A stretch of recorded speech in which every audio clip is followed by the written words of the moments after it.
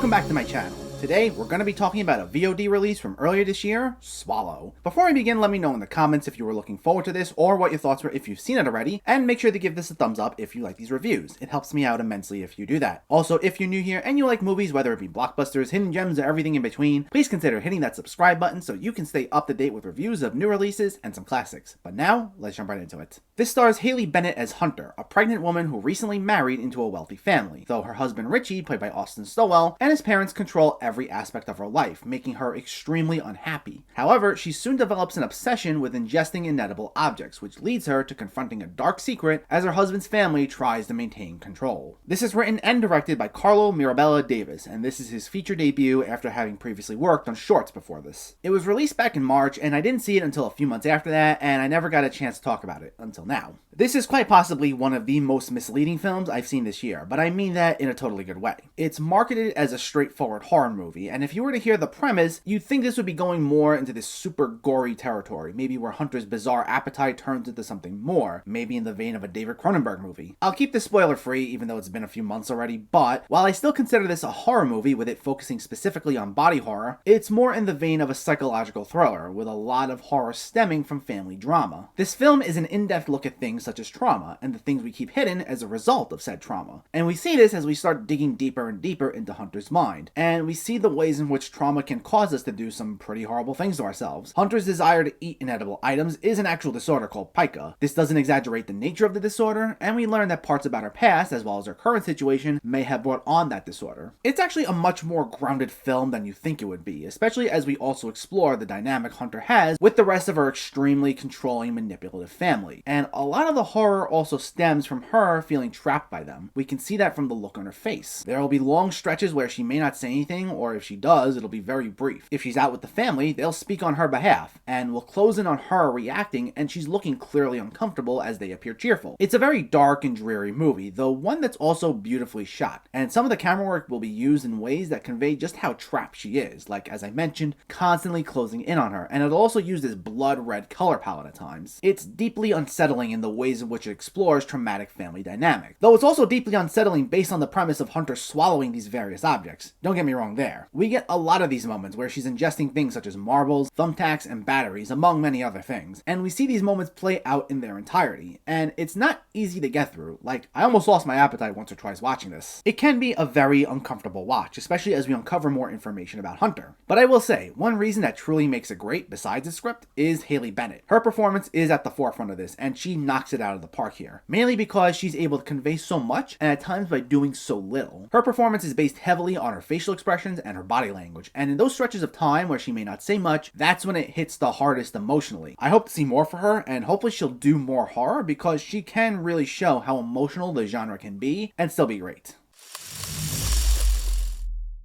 This movie can be a tough watch. It's really a movie that's not for everyone through both what we see and what we discover. It can be unsettling, but for those who can get through it, it may resonate with you. It can feel weird at times, but it also has a well-written screenplay, touches upon some great themes, and has a top-notch lead performance from Haley Bennett. If you haven't seen it by now and you think you have the stomach for it, it's worth checking out. Swallow gets an 8 out of 10. So let me know, did you see Swallow, or are you planning to see it, and what were your thoughts? Were you able to get through the whole thing, and what was the most uncomfortable you felt when watching a movie? Let me know in the comments below. If you enjoyed this video, please like it and share it, and for more movie reviews and film discussion, please make sure to hit that subscribe button to stay updated. Thanks for watching everyone, and I'll catch you next time.